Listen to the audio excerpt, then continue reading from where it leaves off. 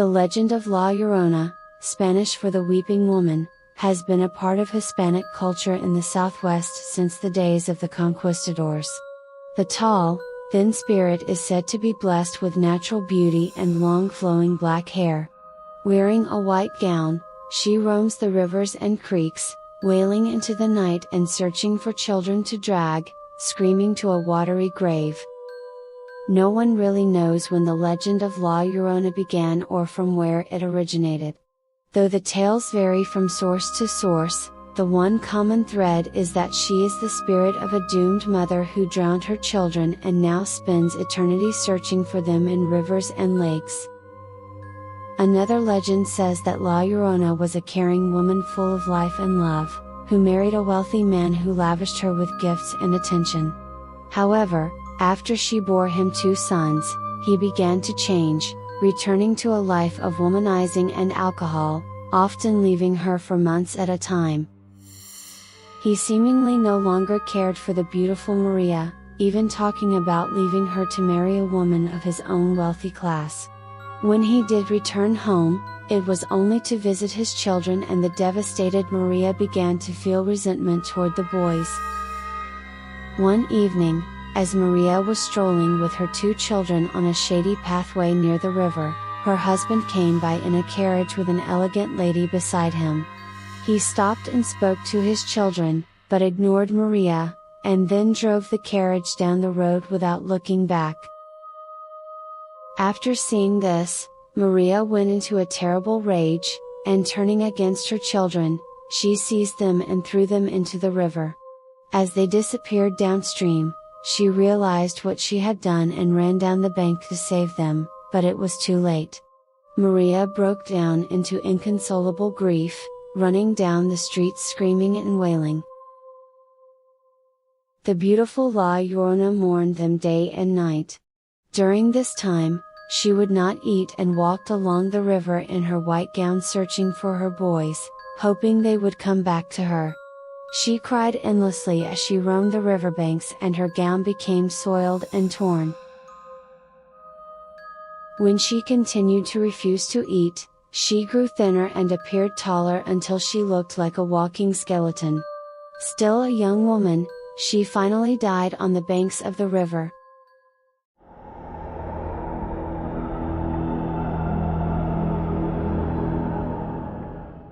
When I was 12 years old, 1991, my parents separated and my mother moved me and my brother to Monterrey, Mexico. In the winter all 3 of us would sleep in the same room because there was no central heating, only electric heaters. There were 2 beds for my mother and brother. I slept on the floor in a sleeping bag, next to my mother's bed. One night around 2:30 in the morning, I woke up because I had been dreaming about my great-grandma. She kept calling my name, 3 times to be exact. Just a few minutes later I heard the scariest screams coming from down the street. It was horrible. The cries continued, each time coming closer. I was so horrified that I could not even wake my mother, who was laying right next to me. I was so scared, I did not even blink. It was the most evil cry I have ever heard. Finally, it passed my house and slowly faded away. The next day I told my mother.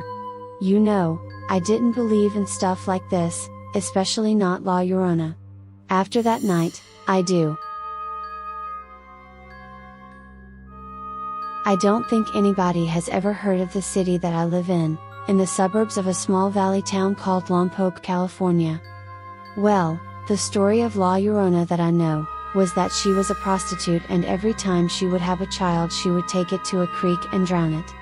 Before long, she was murdered by one of her customers and sentenced by God to wander the rivers and streets of the world looking for her children. La Llorona became so upset that she cried and cried, eventually drying her eyes out, leaving 2 black holes where her eyes once were. And, her mouth grew incredibly large, resembling that of a horse.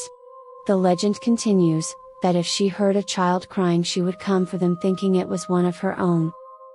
When I was a child of 8 children, my family would warn us that La Llorona was outside waiting. During the day, we might cry when we heard this, but as the sun started to die, we were too scared to even walk alone through the house, thinking she might have heard us and was waiting. One night when I was about 8 years old, I was terribly angry at my mom and she made me sleep with her that night. However, I was so upset that I couldn't sleep and La Llorona was the last thing on my mind.